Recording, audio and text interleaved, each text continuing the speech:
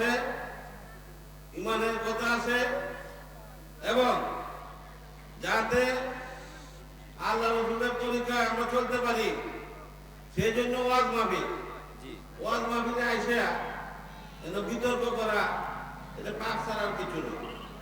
আমি সকলকে অনুরোধ করবো যে এই মুহূর্তে যারা এনে ওয়াজ মাহফিল সৃষ্টি করেছেন এবং যারা বাইরে আছেন সকলে আমার মনে হয় হুজুরের বক্তব্য রাখবেন। আপনার সকলের সামনে এসে বসেন, কমিটি সহ যারা আছে সকলের সামনে এসে বসেন।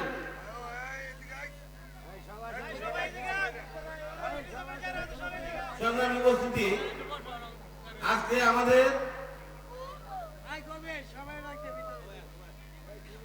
আমাদের হুজুরের যে বক্তব্য রাখবেন ইমান আকিদার কথা বলবেন, যাতে আমাদের ইমান ধর্ম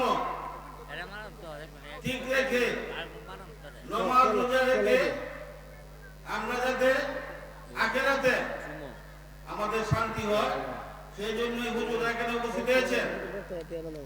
আর আমরা যারা এখানে উপস্থিত হয়েছি আমরা শুনে যাতে হযরত মুহাম্মদ সাল্লাল্লাহু আলাইহি সাল্লামের তরিকা আমরা গ্রহণ করতে পারি, হুজুরের তরিকা অনুযায়ী আমরা যাতে গ্রহণ করে নামাজ রোজা রেখে আমরা যাতে সভ্য মানুষ হতে পারি সেই জন্য আজকে ওয়াজ মাহফিলে বিতর্ক চলে না। একজনের কথা বললে এগুলো ধৈর্য ধরে শুনতে হয়।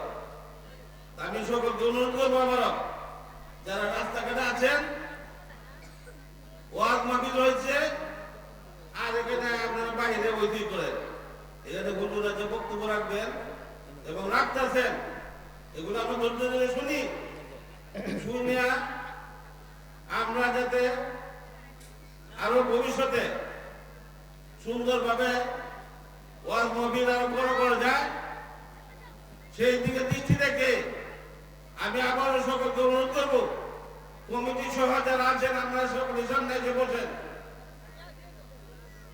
উপস্থিতি, আমি আর বক্তব্য লাভ করতে চাই না, আপনারা ধৈর্য ধরে শুনেন কি বক্তব্য রাখে সেগুলো শুনে আমরা যাতে ইমান ঠিক মতো রাখতে পারি এবং যাতে হযরত মুহাম্মদ সাল্লাল্লাহু আলাইহি ওয়াসাল্লামের তরিকায় আমাদের চলতে পারি। উপস্থিতি, আমি আরেকটি কথা বলতে চাই, এটা কোনো দলীয় কথা নয়, এটা হলো আমরা নামাজ রোজা হজ যাকাত পালন করব আর আমাদের সুপারিশটা থেকে হযরত মুহাম্মদ সাল্লাল্লাহু আলাইহি ওয়াসাল্লাম, হযরত মুহাম্মদ সাল্লাল্লাহু আলাইহি ওয়াসাল্লামে আমাদেরকে সুপারিশের মাধ্যমে বেহেশতে নিতে পারবে। আর কেউ টিকিট বিক্রি করে বেহেশতে যেতে পারবে না, এগুলো ভ্রান্ত কথা। আমরা ইমান ধর্ম ঠিক রেখে আমরা হযরত মুহাম্মদ সাল্লাল্লাহু আলাইহি ওয়াসাল্লামের তরিকা অনুযায়ী আমরা চলবো এবং উনি সুপারিশ করলেই বেহেশতে যাওয়া যাবে সেই প্রত্যাশা রেখে আমি সকলকে আবার অনুরোধ করবো যে আপনারা সুন্দর সুষ্ঠুভাবে ওয়াজ মাহফিল সম্পূর্ণ করে আপনারা এখান থেকে উঠবেন সেই প্রত্যাশা রেখে আমি সকলকে ধন্যবাদ জানিয়ে আজকে যারা আয়োজন করেছেন ওনাদেরকে ধন্যবাদ জানাই, হুজুরদেরকে ধন্যবাদ জানাই এবং কমিটিকেও ধন্যবাদ জানিয়ে আমি আমার বক্তব্য শেষ করলাম। আসসালামু আলাইকুম।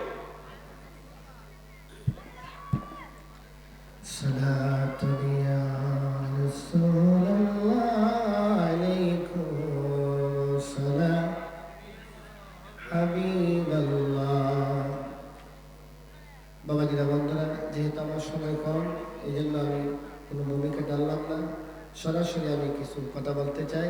প্রধান বক্তা আসলে আমার কথা শেষ করে দিব। বাবাজিরা বন্ধুরা, এটা কি মাস চলতেছে আরবিতে? বলে মেরাজের মাস। কি মাস? রজব মাস। আর কি মাস? রজব মাস চলতেছে। রজবের পরে কোন মাস? শাবান। শাবানের পরেই রমজান। আসলে তো আবার অনেকেরই